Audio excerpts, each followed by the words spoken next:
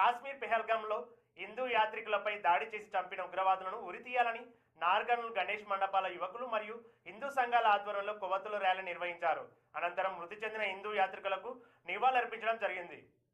జిల్లా కేంద్రంలోని ఆర్టీఓ కార్యాలయం నుండి పోస్టాఫీస్ మీదుగా అంబేద్కర్ కూడలి వరకు హిందూ సంఘాల ఆధ్వర్యంలో భారీ కొవ్వొత్తి ర్యాలీ నిర్వహించి అనంతరం కాశ్మీర్ పహల్గాంలో జరిగిన హిందూ యాత్రికుల నరమేధంలో 28 మంది పైగా మృతి చెందిన వారికి నివాళులర్పిస్తూ వారి ఆత్మలకు శాంతి చేకూరాలని, అలాగే ఈ ఉగ్రదాడి చేసిన వారిని వెంటనే ఉరితీయాలని డిమాండ్ చేశారు. ఇకనైనా హిందువులు కులాల వారిగా కాకుండా హిందూ మతంగా కలిసికట్టుగా జీవించాలని పిలుపునిచ్చారు. ఈ కార్యక్రమంలో నార్కర్నూల్ గణేష్ మండపాల యువకులు మరియు హిందూ సంఘాలు పెద్ద ఎత్తున పాల్గొనడం జరిగింది.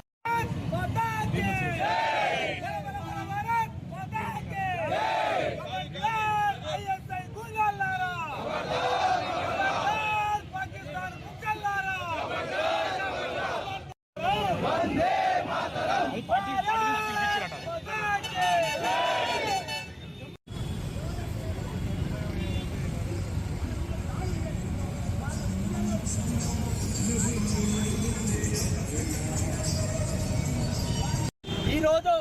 జమ్మూ కాశ్మీర్లో ఉన్నటువంటి పహల్గాం లోపల పర్యాటకులపైన దాడి జరిపి పచ్చని కాశ్మీర్ లోపల మంటలు రేపడానికి ప్రయత్నించినటువంటి తీవ్రవాదుల యొక్క దుశ్చర్యను ఖండిస్తూ హిందూ సంఘాల యొక్క ఆధ్వర్యం లోపల, వినాయక మండపాల యొక్క ఆధ్వర్యం లోపల ఈరోజు నాగర్కర్నూల్ నగర్ లోపల నిరసన వ్యక్తం చేయడం జరుగుతున్నది. ఈరోజు దేశమంతా కూడా అన్ని మతాల వారు ఐక్యమత్యంతో జీవిస్తున్న సందర్భం లోపల మతాల మధ్యలో చిచ్చు చేయాలనే ఉద్దేశంతో పర్యాటకులపైన దాడి జరిపి వాళ్ళ ప్యాంట్లు విప్పదూసి పచ్చని బొట్లు వెతికి మంత్రాల నెపంతో మతాన్ని వెతికి ఈ రోజు వారు ఎవరు ఏ మతం అని తెలుసుకొని దాడి చేస్తున్నటువంటి సందర్భం లోపల భారతదేశ ప్రతి పౌరుడు కూడా దీన్ని గమనించి దేశం ఎటువైపు వెళ్తుంది, దేశం లోపల ఏం అవసరం ఉంది. ఈ రోజు భారతదేశంలో ఉన్న ప్రతి పౌరుడు కూడా నా చిన్ని బొజ్జకు శ్రీరామ రక్ష,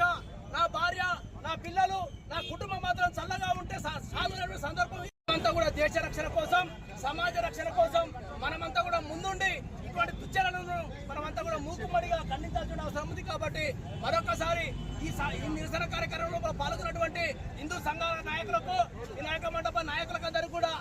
ధన్యవాదాలు తెలియజేసుకుంటూ ఈ రోజు జరిగినటువంటి ఈ యొక్క దుశ్చర్యను ఖండిస్తూ